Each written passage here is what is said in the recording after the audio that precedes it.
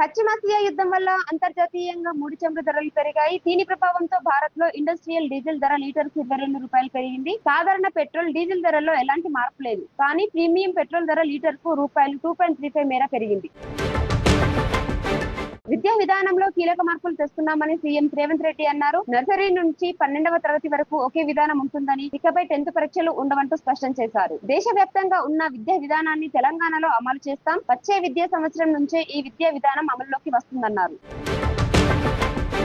వైఎస్ఆర్ కుటుంబ ఆస్తుల వివాదం ఇప్పుడు విజయమ్మ ప్రకటనతో క్లైమాక్స్ కు చేరింది. జగన్ తన సోదరి షర్మిలకు ఆస్తుల పంపకంలో అన్యాయం చేశారని ఆమె ఆవేదన చెందారు. వైఎస్ఆర్ బతుకున్నప్పుడు ఉన్న ఆస్తులన్నీ కుటుంబ ఆస్తులేనని ఆమె స్పష్టం చేశారు. తన మనవలకు ఆస్తులు సమానంగా పంచాలని వైఎస్ఆర్ ఆదేశించారని పేర్కొన్నారు.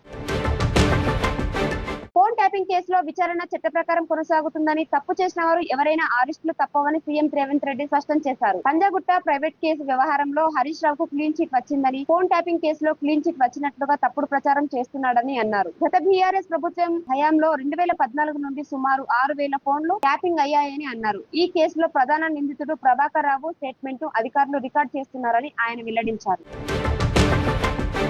తెలంగాణ ఉద్యోగులు, పెన్షనర్లకు నగదు రహిత వైద్యం కోసం హెల్త్ కార్డులు ఇస్తున్నారు. దీని వల్ల లక్షలాది కుటుంబాలకు భరోసా లభిస్తుంది. విద్యా రంగానికి సంబంధించి ప్రభుత్వ జూనియర్ కాలేజ్ విద్యార్థులకు మధ్యాహ్న భోజన పథకాన్ని ప్రారంభిస్తున్నారు. ఐటీఐ, ఏటీసీ విద్యార్థులకు నెలకు 2,000 రూపాయల ఉపకార వేతనం అందించినట్లుగా డిప్యూటీ సీఎం బట్టి విక్రమార్క అసెంబ్లీలో వెల్లడించారు. నిరుద్యోగ యువత కోసం ఏపీ ప్రభుత్వం భారీ జాబ్ క్యాలెండర్ ను విడుదల చేసింది. మొత్తం 10,060 ఉద్యోగాలను భర్తీ చేయనున్నట్లు మంత్రి నారా లోకేష్ ప్రకటించారు. ఇకపై ప్రతి ఏటా క్రమం తప్పకుండా నోటిఫికేషన్లు ఇస్తామని హామీ ఇచ్చారు. అభ్యర్థులు పరీక్షలకు సిద్ధం కావాలని ఆయన పిలుపునిచ్చారు.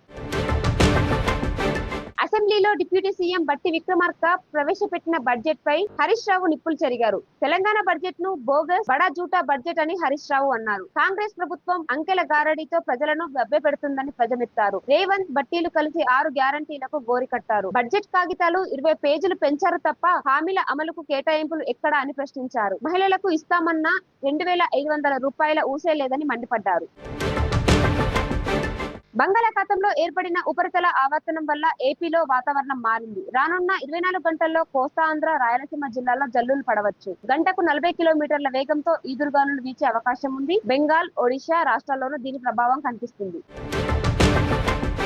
ఇరాన్తో యుద్ధంలో అమెరికాకు భారీ నష్టం వాటిల్లుతుంది. 3 వారాల్లోనే 16 యుద్ధ విమానాలను కోల్పోయినట్లు బ్లూంబర్గ్ నివేదించింది. ఇందులో 10 MQ-9 రిపర్ డ్రోన్లు, 3 F-15 ఫైటర్లు జెట్లు ఉండగా, ఇరాన్ క్షిపణి దాడుల వల్ల మరికొన్ని విమానాలు ధ్వంసమవ్వడం అమెరికా వైమానిక ఆధిపత్యానికి సవాలుగా మారింది.